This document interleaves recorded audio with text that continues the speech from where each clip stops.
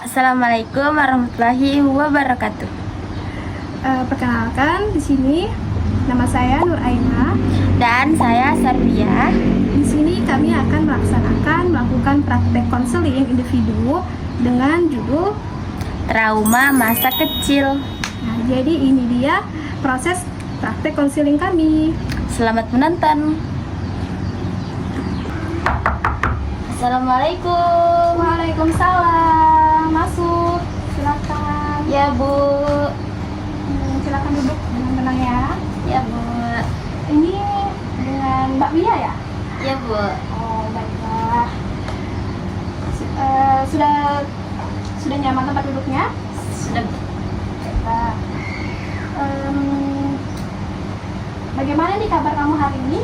Alhamdulillah baik Bu. Tadi bagaimana ya perjalanannya ke sini? Sedikit macet dan saya berhenti dulu karena hujan. Oh, hujan tadi duluan. Iya Bu. Baiklah. Jadi bagaimana nih perasaan kamu datang pada hari ini? Sejujurnya saya tegang Bu. Saya takut salah. Jadi nggak apa-apa. Wajar kalau kamu merasa tegang, takut salah. Tapi di sini tuh kamu akan aman. Ibu siap mendengarkan tanpa menghakimi kamu. Baik Bu, terima kasih Bu. Jadi Mbak Pia, sebelum kita mulai, Ibu ingin menjelaskan beberapa asas. Jadi pertama itu ada yang namanya asas kerahasiaan. Jadi semua yang kamu ceritakan di sini akan Ibu jaga kerahasiaannya. Jadi kalau kamu ada permasalahan apa, kamu nggak perlu takut untuk menyampaikan sama Ibu, karena ada yang namanya tadi asas kerahasiaan. Jadi yang kedua itu asas kesukarelaan. Artinya Mbak Bia, kamu bercerita karena memang kamu ingin ceritakan tanpa ada rasa takut atau terpaksa atau seperti apa. Selanjutnya itu asas keterbukaan. Agar Ibu lebih bisa memahami kamu harus lebih terbuka dengan masalah kamu. Nah, jadi sesi ini itu berlangsung selama sekitar 45 menit. Baiklah.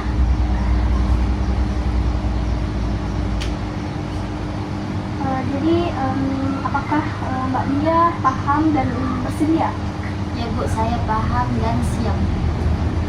Baik, Ibu ingin tahu nih, apa yang membuat kamu datang untuk konseling pada hari ini?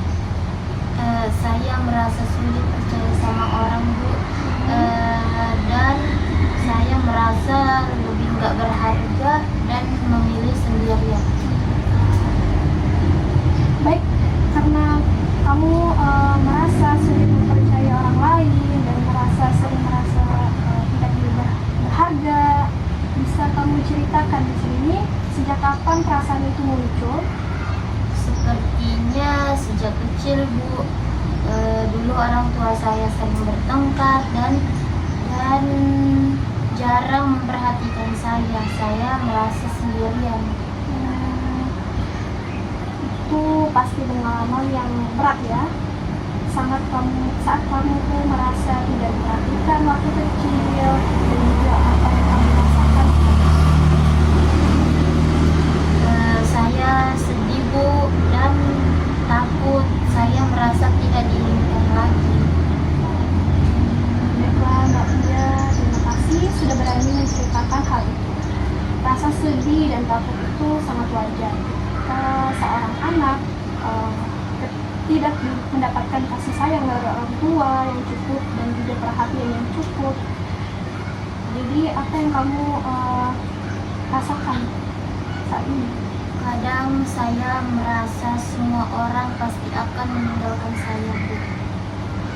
Jadi kamu punya keyakinan bahwa setiap orang akan meninggalkan kamu. Seperti apa pengalaman masa kecilmu dulu? Ya Bu, karena dari kecil tuh saya terbiasa sendiri, apa-apa sendiri.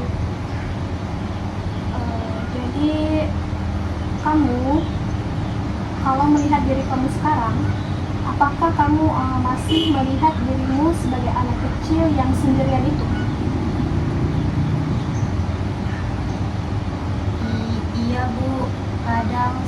masa saya masih merasa seperti itu. Saya mengerti, itu artinya luka masa lalu. Luka masa lalu yang masih kamu bawa sampai sekarang.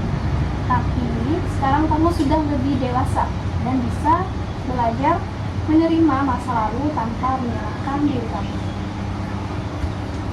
Iya Bu, saya baru sadar selama ini saya masih sering marah kepada diri saya sendiri dan masih marah kepada masa lalu saya Bu. Jadi itu perasaan yang wajar sekali ya.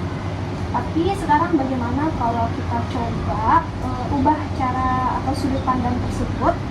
Menurut kamu apa yang bisa kamu katakan kepada diri kamu yang kecil dulu? Mungkin saya ingin bilang, kamu sudah cukup kuat, kamu pantas disayangi. Itu sudut pandang yang bagus, itu luar biasa.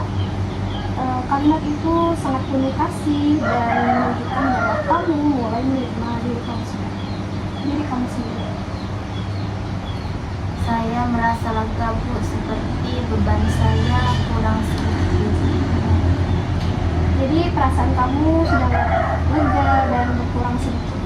Bagus sekali. Itu tanda kamu mulai berdamai dengan masa lalu. Jadi sekarang ibu ingin kamu mengulang kalimat atau afirmasi sederhana setiap hari. Misalnya, aku berharga dan pantas dicintai. Aku berharga dan pantas dicintai. Juga Mbak Lia, kamu juga bisa menulis hal kecil tentang hal-hal yang membuat kamu bersyukur. Nah, contoh seperti kamu bisa menulisnya itu di not-not buku kecil yang bisa kamu buka setiap hari agar kamu mengingat bahwa kamu itu berharga. Jadi kamu nggak menyalahkan diri kamu tentang masa lalu yang terbawa sampai sekarang. Ya Bu, saya suka menulis, mungkin itu bisa membantu saya setiap harinya Bu. Jadi itu sudah luar biasa ya. Ibu sangat menghargai keberanian hari ini kamu sudah terbuka. Jadi kamu sudah melangkah sejauh ini dalam proses penyembuhan. Terima kasih Bu, saya merasa lebih tenang sekarang. Baiklah, sebelum kita akhiri, Ibu ingin menyimpulkan. Hari ini kamu sudah mengenali bahwa perasaan takut atau tidak berharga berasal dari pengalaman masa lalu kamu ya. Nah, kamu mulai menerima bahwa masa lalu bukan kesalahanmu dan kamu berhak untuk bahagia. Jadi karena mungkin waktunya tidak cukup atau begini saja, bagaimana kalau kita lanjutkan pertemuan berikutnya di minggu depan, yaitu dengan kita latihan afirmasi dan penerimaan diri. Ya Bu, saya siap untuk terus berproses. Ya. Ibu bangga dengan kamu. Kamu semakin kuat setiap harinya, bisa lebih menerima diri. Jadi terima kasih sudah mau berbagi hari ini. Terima kasih banyak juga Bu, karena sekarang saya benar-benar merasa ringan dan lega. Sama-sama. Jadi nanti hati-hati ya di jalan kalau pulang. Sampai jumpa di pertemuan berikutnya. Ya Bu, sampai jumpa ya Bu. Ya, hati-hati jalan ya. Mungkin itu saja praktik layanan individual dari kami berdua. Terima kasih sudah menyaksikan. Wassalamualaikum warahmatullahi wabarakatuh.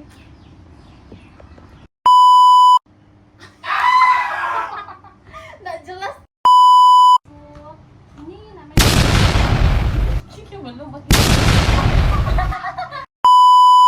Layanan individual individu.